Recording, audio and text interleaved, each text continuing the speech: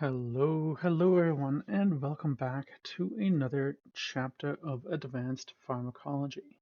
Today, under Unit 18, Therapy of Infectious and Parasitic Diseases, we will speak specifically on Chapter 72, Aminoglycosides Bactericidal Inhibitors of the Protein Synthesis. Keep in mind that this is a relatively quick chapter, so we'll jump right on into it. The aminoglycosides are narrow-spectrum antibiotics used primarily against aerobic gram-negative bacilli. These drugs disrupt protein synthesis, resulting in rapid bacterial death. The aminoglycosides can cause serious injury to the inner ears as well as the kidneys. Because of these toxicities, indications for these drugs are very limited. All of the aminoglycosides carry multiple positive charges, so as a result, they are not absorbed from the gastrointestinal tract and must be administered parenterally to treat systemic infection. In the US, 7 aminoglycosides are approved for clinical use. The agents employed most commonly are gentamicin, tobramycin, and amikacin. So, we'll speak briefly on basic pharmacology of the aminoglycosides. Its chemistry. The aminoglycosides are composed of 2 or more amino sugars connected by glycoside linkage. At the physiologic pH, these drugs are highly polar polysaccharins and therefore cannot readily cross membranes. So as a result, aminoglycosides are not absorbed from the GI tract, do not enter the cerebrospinal fluid, and are rapidly excreted in the kidneys. So their mechanism of action. The aminoglycosides disrupt bacterial protein synthesis. As indicated in the following figure, these drugs bind to that 30S ribosomal subunit, causing inhibition of protein synthesis, premature termination of protein synthesis, and the production of abnormal proteins. So here is an excellent spot to hit pause, and you can see the mechanism of action of aminoglycosides. The aminoglycosides are bactericidal. Cell kill is concentration dependent. Therefore, the higher the concentration, the more rapidly the infection will clear. Of note, bactericidal activity persists for several hours after serum levels have dropped below the minimum bactericidal concentration, and a phenomenon known as a post-antibiotic effect will appear.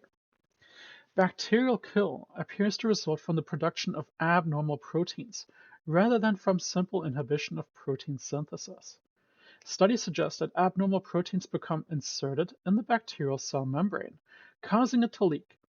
The resultant loss of cell contents causes death.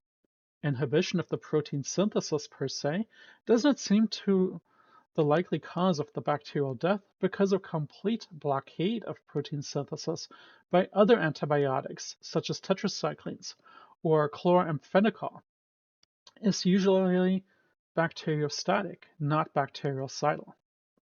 Microbial resistance. The principal cause for bacterial resistance is the production of enzymes that can inactivate aminoglycosides. Among gram-negative bacteria, the genetic information needed to synthesize these enzymes is acquired through transfer of R factor. To date, more than 20 different aminoglycosides inactivating enzymes have been identified. Because of each of the aminoglycosides can be modified by more than one of these enzymes, and because each enzyme can act on more than one aminoglycoside, patterns of bacterial resistance can be complex. Of all the aminoglycosides, amikacin is least susceptible to the inactivation by bactericidal enzymes, so as a result, resistance to amikacin is uncommon.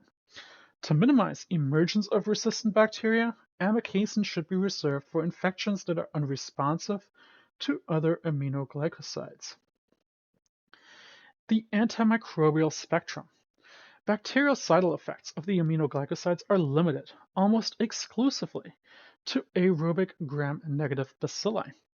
Sensitive organisms include E. coli, Klebsiella pneumonia, Serratia marcescens, Proteus mirabilis, and Pseudomonas aeruginosa. Aminoglycosides are inactive against most gram-positive bacteria. Aminoglycosides cannot kill anaerobes. To produce antibacterial effects, aminoglycosides must be transported across the bacterial cell membrane, a process that is oxygen dependent. Because, by definition, anaerobic organisms live in the absence of oxygen, these microbes cannot take up aminoglycosides and therefore are resistant. For the same reason, aminoglycosides are inactive against facultative bacteria when these organisms are living under anaerobic conditions. Its therapeutic effect, therefore, parenteral therapy. The principal use of parenteral aminoglycosides is the treatment of serious infections due to aerobic gram-negative bacilli. Primary target organisms are P. aeruginosa and the Enterobacteriaceae. One aminoglycoside, gentamicin, is now commonly used in combination with either vancomycin or a beta-lactam antibiotic to treat serious infections with certain gram-positive cocci, specifically Enterococcus species, some streptococci, and Staphylococcus aureus. The aminoglycosides used most commonly for parenteral therapy are gentamicin, tobramycin, and amikacin. Selection among these three depend in large part on patterns of resistance in given community or hospital. In settings where resistance to aminoglycosides is uncommon, either gentamicin or tobramycin is usually preferred. Of the two, gentamicin is less expensive and may be selected on this basis. Organisms resistant to both gentamicin and tobramycin are usually sensitive to amikacin. Accordingly, in settings where resistance to gentamicin and tobramycin is common, amikacin may be preferred for the initial therapy. For oral therapy, aminoglycosides are not again absorbed in the GI tract, so therefore oral therapy is used only for local effects within the intestine. In patients anticipating elective colorectal surgery, oral aminoglycosides have been given prophylactically to suppress bacterial growth in the bowel. One aminoglycoside, paromomycin, is used to treat intestinal amoebiasis. Topical therapy, neomycin, is available in formulations for application to the eyes, ears, and skin. Topical preparation of gentamicin and tobramycin are used to treat conjunctivitis caused by susceptible gram-negative bacilli. Its pharmacokinetics, therefore. All of the aminoglycosides have similar pharmacokinetic profiles. The pharmacokinetic properties of the principal aminoglycosides are shown in this following table 72.1, which is where I would like for you to hit pause, and you can take a look at the generic name, the trade name, the total daily dosage, its half-life, and their therapeutic peak levels. So I'll leave that up right about here, where it is, because it's the best spot. Its absorption, therefore. Because they are polycations, the aminoglycosides cross membranes poorly. So as a result, very little, about 1% of an oral dose is absorbed. Therefore, for treatment of systemic infections, aminoglycosides must be given parenterally, so either an IM shot or IV. Absorption after application to the intact skin is minimal. However, when used for wound irrigation, aminoglycosides may be absorbed in amounts sufficient to produce a systemic toxicity. Its distribution.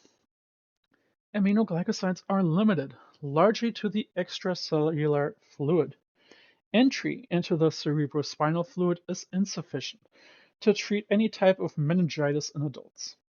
Aminoglycosides bind tightly to renal tissue, achieving levels in the kidneys up to 50 times higher than the levels in the serum. The high levels are responsible for nephrotoxicity. Aminoglycosides penetrate readily to the perilymph and endolymph of the inner ears and can thereby cause ototoxicity. Aminoglycosides can cross the placenta and may be toxic to the fetus. So we'll specifically speak on the ototoxicity as well as the nephrotoxicity a little later. So here is a patient-centered care across the lifespan on aminoglycosides. Another good spot to hit pause, just so you can see that it is in the risk category D. It's elimination. Aminoglycosides are eliminated primarily by the kidneys. These drugs are not metabolized, so in patients with normal renal function, half-life of the aminoglycosides can range anywhere between 2 to 3 hours. However, because elimination is almost exclusively renal, half-lives increase dramatically in patients with renal impairment. So accordingly, to avoid serious toxicity, we must reduce dosage size or increase the dosing interval in patients who have kidney disease. Our interpatient variation. Different patients receiving the same aminoglycoside dosage can achieve widely different serum levels of drug. This interpatient variation is caused by several factors that include age, percent of body fat, pathophysiology. Because of this variability among patients, aminoglycoside dosage is individualized. As dramatic evidence of this need, in one clinical study it was observed that to produce equivalent serum drug levels, the doses required ranged from as little as half a milligram per kilo in one patient to as high as 25.8 milligrams per kilo in another. So the difference was almost 50-fold. Which brings us to adverse effects. Again, aminoglycosides can cause serious toxicities. Again, especially to the inner ears and our kidneys, which is what we'll be focusing on here. Inner ears and kidneys are vulnerable because aminoglycosides become concentrated within cells of these structures. So, ototoxicity. All aminoglycosides can accumulate within the inner ear, causing cellular injury that can impair both hearing and balance. Hearing impairment is caused by the damage to sensory hair cells in the cochlea. Disruption of balance is caused by the damage to the sensory hair cells of the vestibular apparatus. The risk for ototoxicity is related primarily to excessive trough levels of drug rather than the excessive peak level. When your trough levels remain persistently elevated, aminoglycosides are unable to diffuse out of the inner ear cells, and therefore the cells are exposed to the drug continuously for an extended time. It is this prolonged exposure, rather than brief exposure to high levels, that underlies cellular injury. So in addition to high trough levels, the risk for ototoxicity is increased by 1. The renal impairment, and 2. Concurrent use of ethacrynic acid. And finally, 3. Administering aminoglycosides in excessive doses for more than 10 days. Which brings us to its black box warning. Aminoglycosides, neurotoxicity, and ototoxicity. So, the use of aminoglycosides is associated with irreversible ototoxicity. Neurotoxic symptoms may also include numbness, tingling, muscle twitching, and seizures. This risk is increased in patients with use of high doses or prolonged use in patients with pre-existing renal impairment.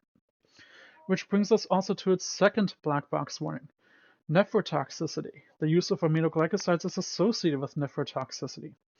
This risk increases in patients with use of high doses or prolonged use in a patient with pre-existing renal impairment. Patients on aminoglycoside therapy should be monitored for ototoxicity. The first sign of impending cochlear damage is a high-pitched tinnitus, or ringing in the ear. Ototoxicity is largely irreversible. Accordingly, if permanent injury is to be avoided, aminoglycosides need to be withdrawn at the first sign of damage. As injury to cochlear hair cells proceeds, hearing in the high-frequency range begins to decline. Loss of low-frequency hearing develops with continued drug use. Because the initial decline in high-frequency hearing is subtle, audiometric testing is needed to detect it. The first sign of impending vestibular damage is a headache, which may last from 1 to 2 days. After that, nausea, unsteadiness, dizziness, and vertigo begins to appear. Patients should be informed about the symptoms of vestibular and cochlear damage and be instructed to report them immediately. Which again now brings us to the other side, nephrotoxicity. Aminoglycosides can injure cells of the proximal renal tubes. These drugs are taken up by the tubular cells and achieve a high intracellular concentration. Nephrotoxicity correlates with the total cumulative dose of aminoglycosides and high trough levels. High peak levels do not seem to increase toxicity. Aminoglycosides-induced nephrotoxicity usually manifests as acute tubular necrosis. Prominent symptoms are proteinuria, casts in the urine, production of dilute urine, and the elevation in serum creatinine and BUN, blood urea nitrogen. Serum creatinine and BUN need to be monitored. The risk for nephrotoxicity is especially high in the older patient population and in patients with pre-existing kidney disease, and in patients receiving other nephrotoxic drugs. Fortunately, cells of the proximal tubule readily regenerate, so as a result, injury to the kidneys usually reverses after aminoglycoside use. The most significant consequence of renal damage is the accumulation of aminoglycosides themselves, which can lead to the ototoxicity and even more kidney damage. Which brings us to another black box warning, aminoglycoside-induced neuromuscular blockade. Aminoglycosides can inhibit the neuromuscular transmission, causing flaccid paralysis and again potentially fatal respiratory depression. Most episodes of neuromuscular blockade have occurred after a intraperitoneal or intrapleural instillation of aminoglycosides. So, adverse effects of neuromuscular blockade. The risk for paralysis is increased by concurrent use of other neuromuscular blocking agents as well as general anesthetics. Myasthenia gravis is an additional risk. Neuromuscular blockade can be reversed with calcium. IV infusion of calcium salt is the treatment of choice. Because of increased prescriber awareness, aminoglycoside-induced neuromuscular blockade is now considered rare. Other adverse effects. A hypersensitivity reaction occur occasionally. Blood dyscrasias are rare. Streptomycin has been associated with neurologic disorders. Oral neomycin has caused a superinfection of the bowel and intestinal malabsorption. Tobramycin has caused C. difficile associated diarrhea or CDAD. Topical neomycin can cause contact dermatitis. Which now brings us finally to the beneficial drug interactions with penicillins. Penicillins and aminoglycosides are frequently employed in combination to enhance bacterial kill. The combination is effective because penicillins disrupt the cell wall and thereby facilitate access of aminoglycosides to their site of action.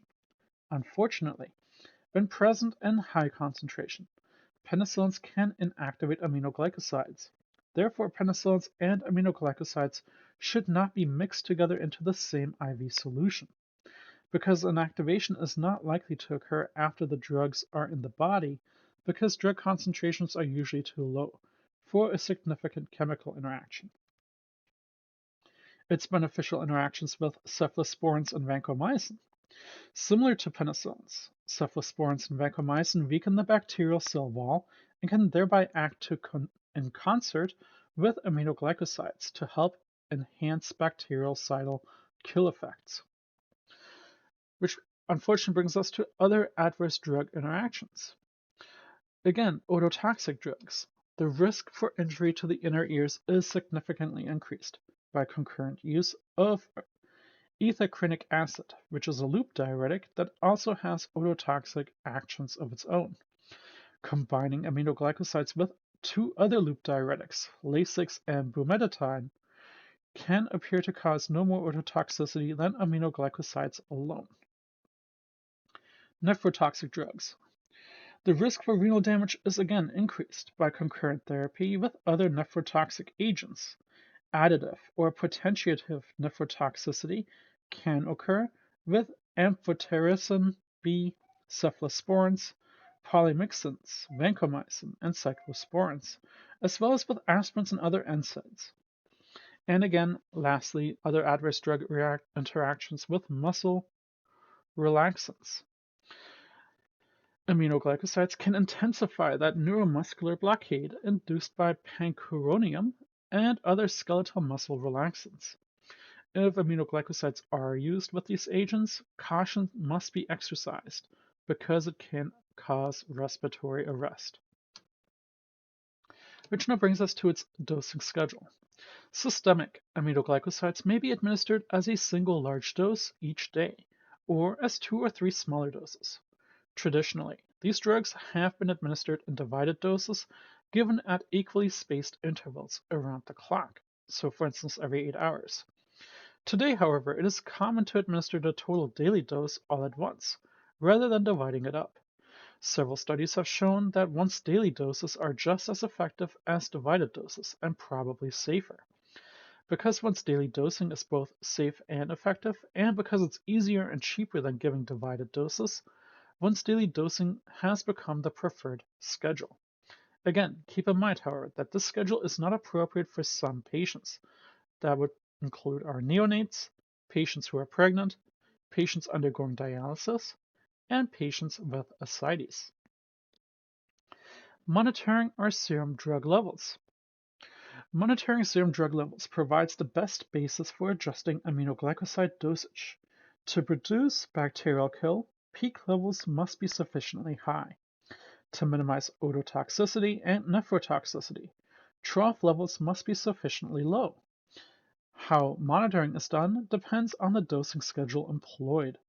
When once daily dosing is employed, we only need to measure trough levels. So as a rule, there is no need to measure peak levels because then, when the entire daily dose is given at once, high peak levels are guaranteed. In contrast, when divided doses are employed, we need to measure both the peak and the trough. When drawing blood samples for aminoglycoside levels, timing is essential. Samples for peak levels should be taken 30 minutes after giving an IM injection or after completing the 30-minute IV infusion. Sampling for a trough level depends on the dosing schedule. For patients who are receiving a divided dose, trough samples should be taken just before the next dose. For patients receiving once daily doses, a single sample can be drawn 1 hour before the next dose. The value should be very low, preferably close to 0. Which now brings us to properties of individual aminoglycosides. So we'll be speaking first off with gentamicin. Its therapeutic use. Gentamicin is used primarily to treat serious infections that are caused by aerobic gram-negative bacilli. Primary targets are R. p. aeruginosa and the Enterobacteriaceae. In hospitals, where resistance is not a problem, gentamicin is often the preferred aminoglycoside for use against bacteria because gentamicin is cheap and compared to the other alternatives, tobramycin and amikacin. Unfortunately, resistance to gentamicin is increasing, and cross-resistance to tobramycin has become common. For infections that are resistant to both gentamicin and tobramycin, amikacin is usually still effective. In addition to its use against gram-negative bacilli, gentamicin can be combined with vancomycin and cephalosporin, or a penicillin to treat serious infections caused by certain gram-positive cocci, namely our Enterococcus species, some streptococci, and S. aureus. Adverse effects and interactions. Again, like all the other aminoglycosides, gentamicin is toxic to the kidneys and inner ears. Caution must be exercised when combining gentamicin with other nephrotoxic or ototoxic drugs. Gentamicin is inactivated by direct chemical interaction with penicillins, and therefore the drugs should not be mixed into the same IV solution. Its preparation, dosage, and administration, therefore, treatment of gram-negative infections are IV and IM. Gentamicin sulfate is supplied in solution and as a powder for IM and IV administration. The dosage for both routes are about the same. For adults, the traditional dosing scheme consists of a loading dose, followed by doses of 1 to 1.7 milligrams per kilo every 8 hours, for a total of 3 to approximately 5 milligrams per kilo per day. When once daily dosing is employed, the dosage is 5 milligrams per kilo every 24 hours. There's no loading dose required. For children, the traditional maintenance dosage is 2 to 2.5 milligrams per kilo every 8 hours.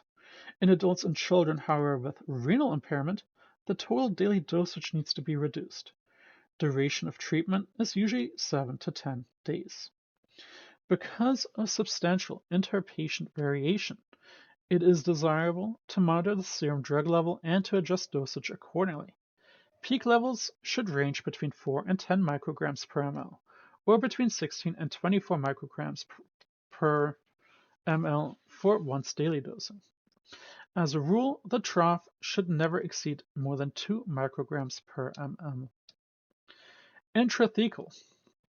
Intrathecal therapy is done with a 2 mg per ml solution, devoid of any preservatives. The usual dosage for children is 1 to 2 milligrams once daily. The usual dosage for adults is 4 to 8 milligrams once daily. And for all patients, treatment should continue for 1 day after samples of cerebrospinal fluid become negative for the infecting organism. The treatment of gram-positive infections. Again, as noted, gentamicin may be combined with vancomycin, a penicillin, or cephalosporins to treat serious infections caused by the Enterococcus species, certain streptococci, and S. aureus. When gentamicin is used in that way, dosages are much lower than when the drug is used for a gram-negative infection. So for combination therapy, a typical dosage for an adult is 1 milligram per kilo per day, compared to the 3 to 5 milligrams per kilo per day when the drug is used by itself. Which brings us to tobramycin. Its uses, adverse effects, and interactions. Again, tobramycin is very similar to gentamicin with respect to adverse effects and interactions. The drug is more active than gentamicin against P. aeruginosa, but less active against Enterococci and Serratia species. Tobramycin is used for patients with cystic fibrosis. And again, like all other aminoglycosides, tobramycin can injure the inner ear and kidney. If possible, concurrent therapy with other ototoxic or nephrotoxic drugs ought to be avoided. Tobramycin may also cause C. diff-associated diarrhea. So, its preparation, dosage, and administration via IV or IM. Tobramycin sulfate is applied in solution and as a 1.2 gram powder for either an IM or IV administration. Dosages and serum levels are the same as those given for gentamicin. Ideally, dosages should be divided to produce peak and trough levels within the ranges shown in Table 72.1. In patients with renal impairment, the total daily dosage should be reduced, however. Duration of treatment is usually 7 to 10 days. Nebulization. So again, for patients that have cystic fibrosis, tobramycin or Toby is available in solution of 300 milligrams per 5 ml for the use as a nebulizer. The dosage is 300 milligrams twice daily administered in a repeating cycle, consisting of 28 days of drug use followed by 28 days of non-use. And that brings us to amikacin, its use, adverse effects, and interactions. Amikacin has two outstanding features. Of all the aminoglycosides, amikacin is active against the broadest spectrum of gram-negative bacilli, and of all the aminoglycosides, amikacin is the least vulnerable to inactivation by bacterial enzymes. Because most aminoglycosides inactivating enzymes do not affect amikacin, the incidence of bacterial resistance to this agent is considered lower than with other major aminoglycosides. In the hospitals, where resistance to gentamicin and tobramycin is becoming more common, amikacin is preferred agent for initial treatment of infectious caused by aerobic gram-negative bacilli. However, in settings where resistance to other aminoglycosides is infrequent, amikacin needs to still be reserved for infections of proven aminoglycoside resistance, because this practice will delay emergence of organisms resistant to amikacin. Like all of our other aminoglycosides, amikacin is toxic to kidneys and inner ears, so caution needs to be exercised if amikacin is used in combination with other ototoxic or nephrotoxic drugs. Its preparation, dosage, and administration. Amikacin sulfate is available in a solution for IM or IV administration. The recommended dosage for adults and children is 15 mg per kilo per day, administered either as a single dose or equally divided and given either every 8 or 12 hours apart. In a patient with renal impairment, dosage needs to be reduced or the interval needs to be increased. Dosage adjustments should be based on the measurements of serum drug level, so as a rule, duration of treatment should not exceed 10 days. Which now brings us to some of the other aminoglycosides. One being neomycin. Neomycin is more ototoxic and nephrotoxic than any other aminoglycoside, and as a result, neomycin is not used parenterally. Instead, the drug is employed for topical treatment of infections of the eyes, ears, and skin. Neomycin is also administered orally to suppress bowel flora before surgery of the intestine. Again, because aminoglycosides are not absorbed from the GI tract, oral administration constitutes a local use of the drug. Oral neomycin can cause superinfections of the bowel, as well as the intestinal malabsorption syndrome. Kanamycin. Kanamycin is an older aminoglycoside, to which bacterial resistance has become very common. The drug is still active against some gram-negative bacilli, but Serratia species and P. aeruginosa have become pretty much resistant. Because of this resistance, systemic use of the drug has sharply declined. Gentamicin, tobramycin, amikacin are the preferred medications. Similar to neomycin, kanamycin is employed to suppress bacterial flora of the bowel before elective colorectal surgery. Kanamycin is supplied in a solution for IM and IV use. Which brings us to streptomycin. Streptomycin was discovered back in 1943, which was the first aminoglycoside drug. Although once employed widely, streptomycin has become largely replaced by safer and more effective medicines. Streptomycin can be used in combination with other drugs to treat tuberculosis, but newer and safer agents are generally preferred. Streptomycin is also indicated for several uncommon infections, such as the plague, tularemia, and brucellosis. When combined with ampicillin or penicillin G, streptomycin may still be used for enterococcal endocarditis. And finally, paromomycin. Paromomycin is an aminoglycoside employed only for local effects within the intestine. The drug is approved for oral therapy of intestinal amoebiasis and has been used investigationally against other intestinal parasites. The dosage for amoebiasis in adults and children is 8 to 12 milligrams per kilo 3 times daily for 7 days. Our principal adverse effects would be nausea, cramps, and diarrhea. Paromomycin is supplied in 250 milligram capsules. And that completes our chapter here for today. As always, I thank you for listening, and I'll see you at the next chapter. Take care, and have a good day.